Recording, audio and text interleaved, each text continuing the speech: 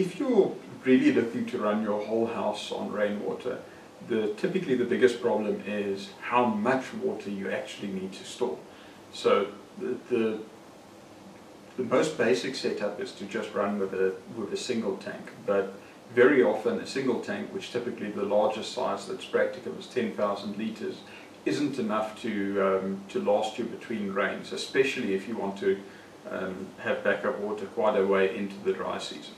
So if you're looking for a real good setup, ideally you would want a solution with multiple large tanks to actually store the volume of water. Now, if you are running rainwater and you're running that as your permanent supply, there's a few extra considerations that you need to take into account when compared to just using it as backup water. The main thing is that rainwater, especially if it's been stored for a while, is very corrosive. As it absorbs CO2 out of the atmosphere, it becomes more and more acidic, and that would completely destroy almost any distribution system. So for that, we need to use something like a pH correction vessel to actually pick that pH up to a point where it's not going to corrode away your pipes in the house.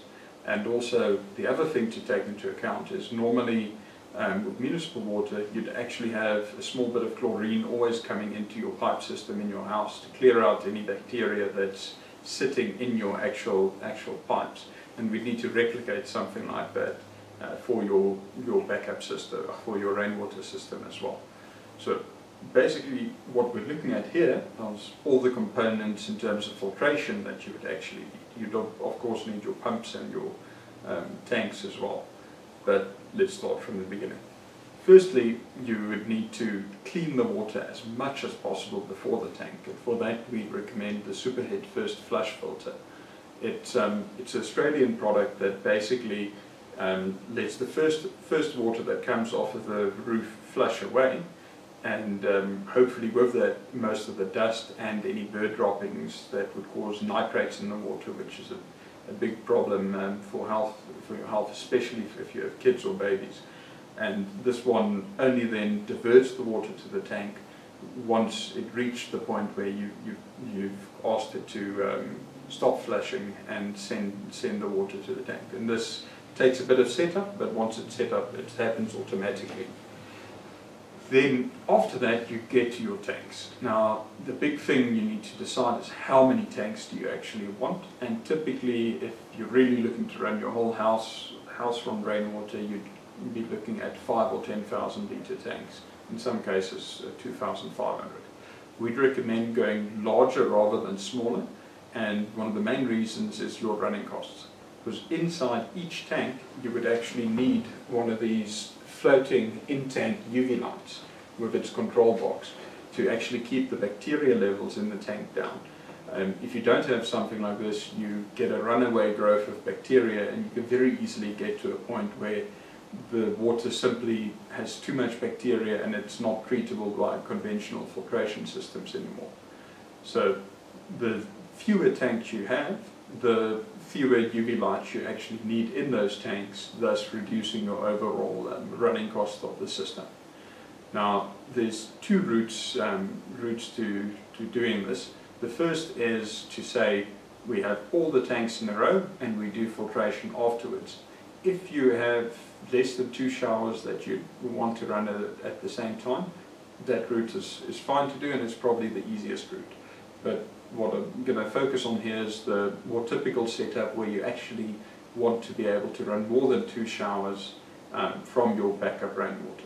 And then what you would do is you'd have your first few tanks in place, and then keep one final tank as a sort of a product water reserve tank, which you actually feed the house from. And so before that final tank, you'd actually need another pump, and on that pump the feed would split into 2.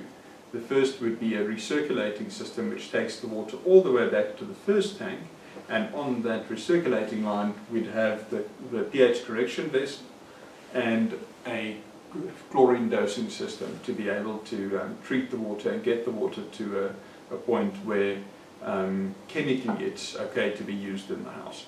So the first step is to correct your pH. Now the pH of rainwater, The longer it stands, the more it drops down. Because of its low mineral content, it absorbs CO2 out of the atmosphere and becomes more and more acidic.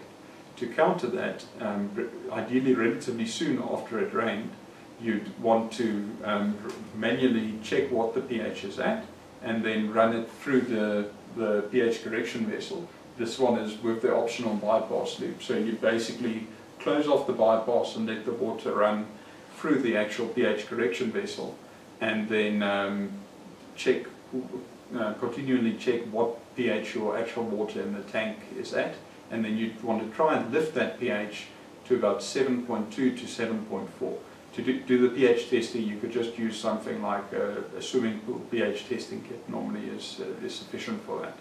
And then once you've got all the tanks stable within that range, then you would switch this unit back to bypassing the pH correction side of it, as you don't want to continually increase the pH. Now, the other part that's on this line is the chlorinator. Now, this line, typically you would want something like a garden timer, which you could set to run for a short period once a week to just dose a little bit of chlorine into the system.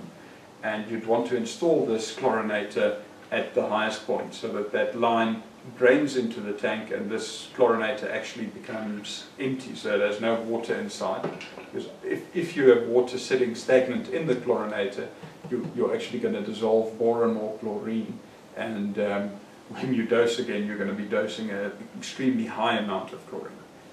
For this weekly cycle that you would run on the timer, it's okay if you have at the last tank about 0.3 parts per million chlorine, and that's just to make sure that you kill any bacteria off that the UV lights might not have gotten to, especially in places like the connections between the tanks.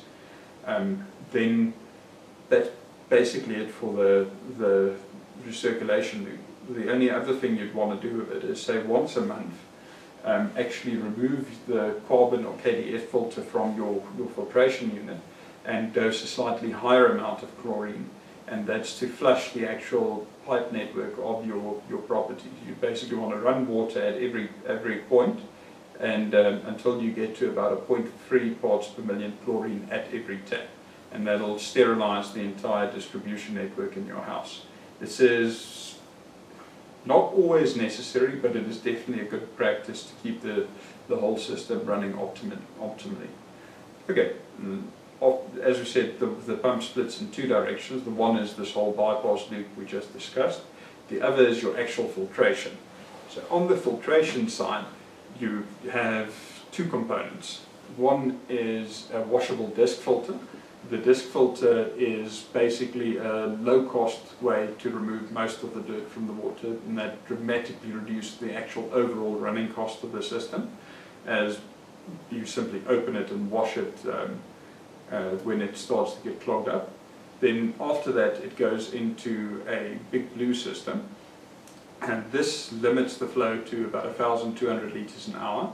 That is why I said if you are okay with that flow and you don't need more than 2 showers running at a time, you can actually set this right at the end and skip the final tank. But in this case, we'll have it between the final tank and the other storage tanks.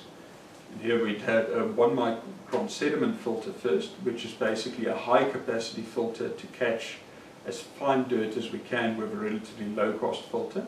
And the primary reason for this is to protect the main filter after it, which is at 0.1 micron. And at 0.1 micron, you actually physically block 99% of bacteria, so the bacteria can't get physically through past that point. And this filter is quite a bit more expensive. That's why we run it in this kind of setup.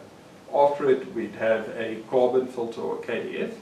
The problem with carbon is, with rainwater, is you have a lot of nutrients in the water, plant matter and so on, that the carbon filter will remove, and that'll improve the smell and the taste of the water, but you create an incredibly good environment for bacteria to grow.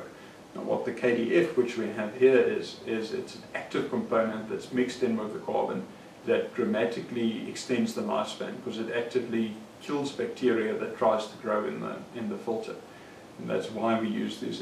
The KDF is quite expensive, though. That's why for the once a month flush thing, we recommend removing the KDF so you don't use up that KDF's capacity and to using it to just absorb chlorine when you rather want it to actually be doing its main purpose, which is catching all the bits of plant matter and that could give you a smell in the water. After this, we run through a germicidal UV light, which is this control box with the stainless steel unit here, and that's just as a definite final barrier to make sure that when you're either going to the house or to the final tank, that you don't have any bacteria going on past there. If you're running the system with it connected directly to the house, you would feed into the house then. If you're running the system with a final buffer tank, you would just have one of these submersible UV lights in the final tank, and then from that final tank pump into the house. And the nice thing with having that final tank as a reservoir, basically, you can draw water as quickly as you want from it because there's no restriction at that point. So if you have a large enough tank, you can draw 5,000 or 10,000 litres an hour for short amounts of time actually from that tank, and just have the pump with the previous filters connected to a level float to just top up that tank as you're drawing water from it. The system does get a little bit complicated. If you have more questions, please contact us, and one of our experts can help you customize the system for your specific needs.